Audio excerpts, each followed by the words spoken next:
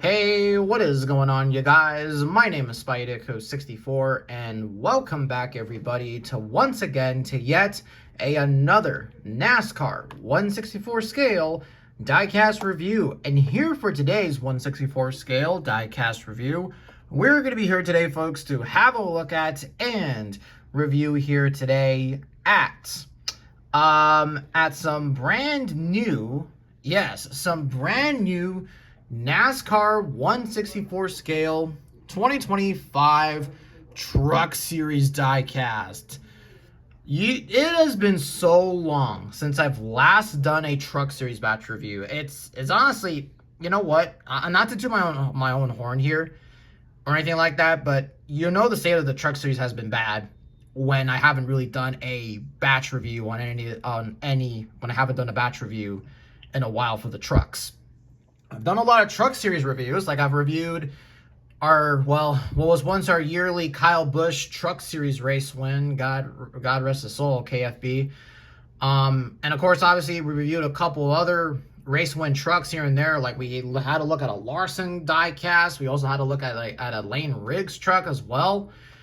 But man, just in terms of taking a look at just standard Truck Series diecast, it's been terrible. It really has not been good whatsoever.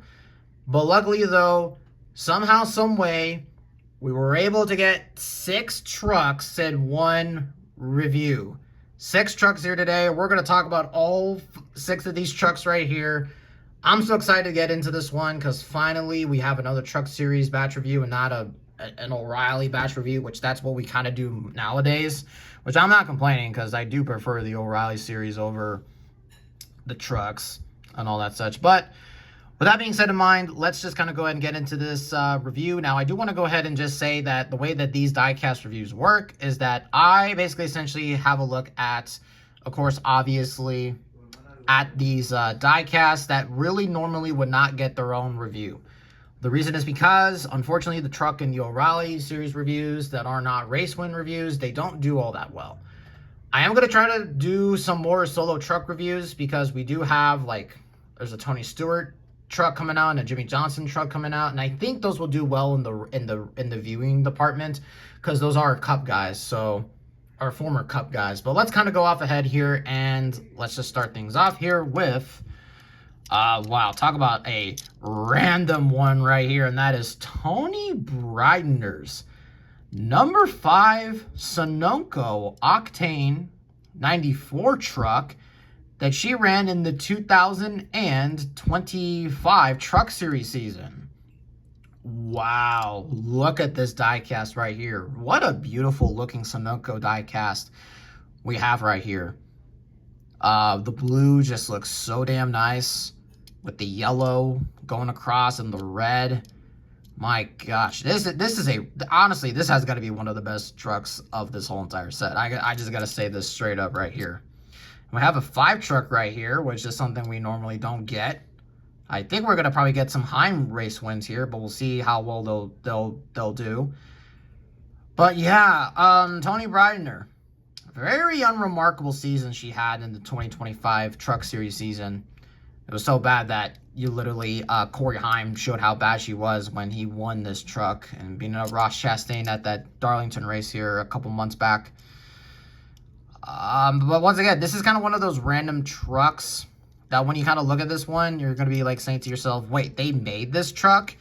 Like, yeah, they made it. And I really love the way that this came out. I don't know what, there's like some kind of paint thing down here. Oh god, that looks terrible right there. You got a whole bunch of molding right there. We're gonna get into some quality issues when it comes to some of these trucks right here, but again, I really do love the way that this truck came out right here. Interesting how this one's missing the window. Yeah, 94 octane Series XM. No Raising Canes on the car, I don't see. Would have been cool to get a Raising Canes truck. But nope, we don't get a Raising Canes truck. Yeah, so like I said, Tony Breidender, very unremarkable Truck Series season she had last year, and all the rest of the drivers that have probably driven the 5 truck have done better than her. Not saying that female drivers are bad by any means, but like there are some good ones out there. I'll talk about that. Like, You know, hell, I'd rather put Isabella Robusto in that 5 truck than Tony Reiner. But let's go ahead and talk about her superior teammate, and that is Corey Haim's number 11 Safe Light Championship truck. So, fun fact, this right here is the first Gold Series release for Corey Haim. Haim has had 2 NASCAR Authentics releases. He has 2 Authentics releases. One was a truck win for Kyle Busch Motorsports, and another one that was also released in the Advent Calendar, which is actually this scheme, but it does not have the championship logo. Now, the reason why I got this particular one was because that one got a little bit hard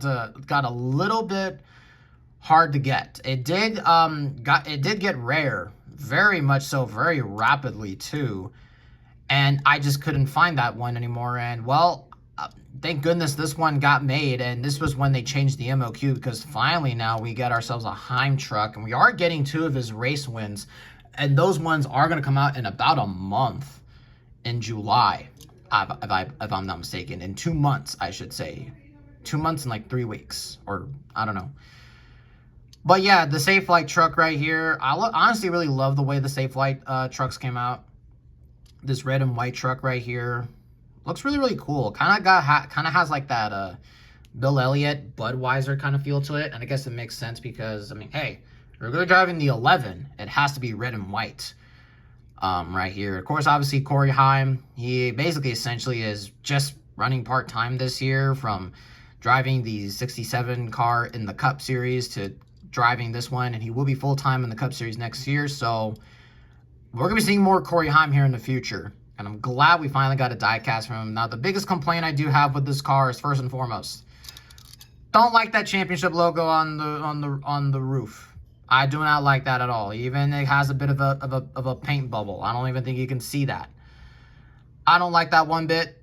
Of course, obviously, it would be traditionally back here, but I feel like Toyota, they wanted the placement there, and so that's why. It's stupid, it's odd, because on the Ty Majeski version from last year, the prior season, they were able to put the logo on, they would put the number on the roof. Come on, like, it's like, guys, we were close. But you could still make this a Corey Haim. Like, you can still kind of get away with it a little bit, because some people can probably put like a sticker on here and probably just put 11. I'm probably most likely going to do that.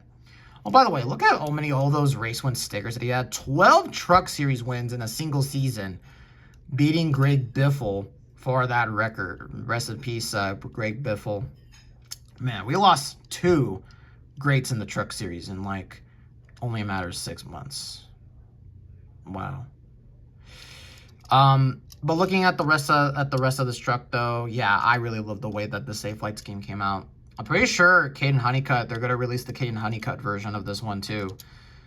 Which I think that one has some minor differences, but it kind of looks very similar, like low-key. Okay, let's easily now move on, and let's have a look here now at Josh Bilicki's number 41 Circle B diecast truck that he ran at the Charlotte Roval just last season. Wow, really cool to get this these Circle B trucks, and this one's really cool because this is our first 41 car for Nice Motorsports, and we hadn't had a Nice Motorsports truck release in the Gold Series in quite a bit of some time now. We've only had some releases in the Authentics line whenever Ross Chastain wins, and then also we did have some, I remember back in 2021, was it, where they released so many Nice Motorsport trucks. That was when they really had a lot of the Circle B sponsorship. But since that point, they really haven't made a lot of diecasts. We are going to be getting some this year, though, from Chastain, even Cletus McFarlane, and some other drivers. Like I think Andreas Perez and maybe Ricky Stenhouse Jr. But it is really cool to finally get one. And we got Josh Bilicki, who was always sporting Circle B diecast. He even had, remember when we had a O'Reilly Series release in the 92 for DGM for Mario Gosling's team? That was really cool. But you can see here, we have a whole bunch of names on the back, which I barely can read. It's probably more readable on the 1/24 scale. Chevrolet Mobile 1, Circle B diecast. You have a bunch of cancer, breast. This was ran during October, so you have the breast cancer, pink ribbons. Here are the rest of the contingencies. Lemons of Love, Campers Inn, 41. SKF, NASCAR Craftsman Truck Series, Josh Bilicki, 41. Yeah, really cool looking truck here. Now, one thing I do want to point out here that's very interesting is that before we get into this one right here, this is going to be a really freaking cool one.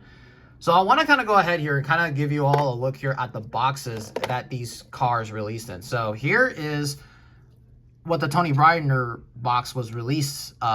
This was the design for the box. It's the standard one that says Tricon Garage.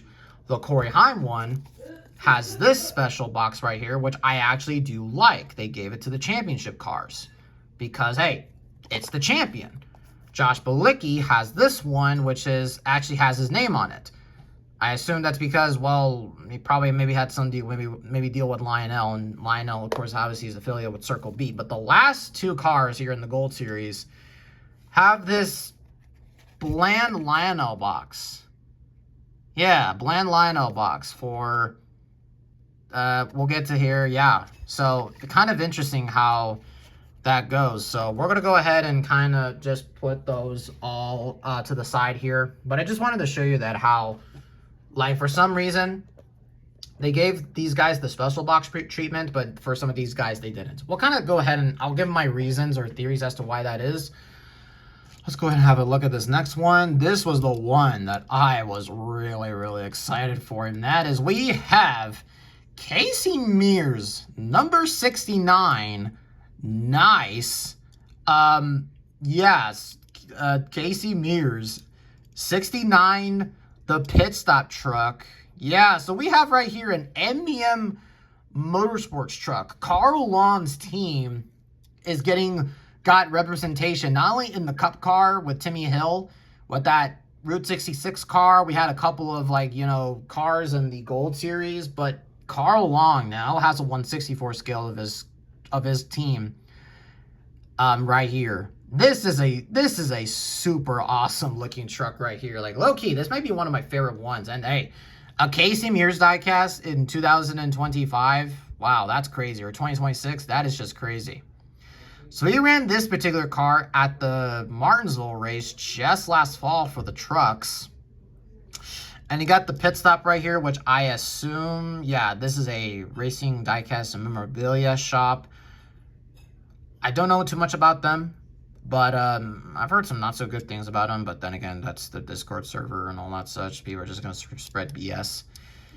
One other thing I do want to mention here is that this does have the chrome plated number. Now, originally, I didn't think that it was even going to have it.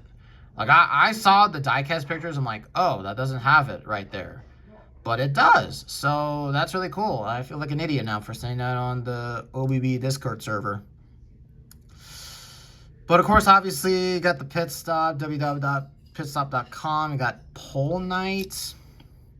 You got Sloppy Joe's logo right there. He's a well-known NASCAR video game YouTuber. Chasing the Dream LLC. You got the pit stop with a whole bunch of names on the back. We got right here, We Love You Pop. I don't know if that's the owner's grandfather or father maybe, but I don't know. It says Mears back there, the pit stop, www.pitstop.com, Ford right there. Yeah, and also this is on an F-150, by the way. So that is really, really freaking cool. Wow. A Casey Mears truck in this economy. I never would have had it on my bingo card to get a Casey Mears diecast release. When was the last time we had like a Mears 1/64 scale release? Was that with one of his Geico cars from like 2016 or something? Yeah, I don't know. That's crazy right there. Anyways, though, let's move on to this next one. Another random one we have right here. Spencer Boyd's number 76 Rockingham test truck. Yeah, a Spencer Boyd truck, or Rockingham. Okay, random, but I love it. Now, I do not know what team this is for. Somebody can tell me in the comments here what this team is for. I think, what is it, like, is this Young's Motorsports? I don't think it is. But yeah, Spencer Boyd, the guy that got that random truck win Back in 2019, when Johnny Sauter blocked Riley Herbst down below the yellow line at Dega. My God, that was such a fun moment in NASCAR history, man. Johnny Sauter basically getting denied his final win. That's also funny too. But of course you can see that this is just a test truck. Yeah, I haven't even gotten a test truck either. Like, wow, I don't know how this diecast got made. Now, I do want to kind of point out here that a lot of these diecast, if I got to assume here, this one maybe got possibly bought out, or maybe people like that one. This one definitely got helped out because of the new MOQ number. Circle B probably bought out the run, same thing with the pit stop. But this one, I don't even know. I guess people just saw the test truck and they're like, hey, I like that, and people bought it. It's a very basic scheme. There's like no sponsors on the back. It just says Tohatsu right there. But man, just what a random Spencer Boyd diecast. It's cool to get a diecast, man. Truck diecast in such a long time. It says 76 down there. Yes, Tohatsu, Feel the Wind. It says the same thing back there. Backs you up. Okay. Really cool one right here. That is for sure. Okay, but now let's go ahead and end things off here with... so we've really mostly, for the most part, have taken a look here at some small team diecasts here, really. And we've had a look at some Tricon trucks, but let's go ahead and have a look here at a Thor Sport truck. And that right here is Ben Rhodes' number 99 Camper's Inn truck. Now, I know some of you will say, hey, wait a minute. Didn't we get a diecast of this a while ago?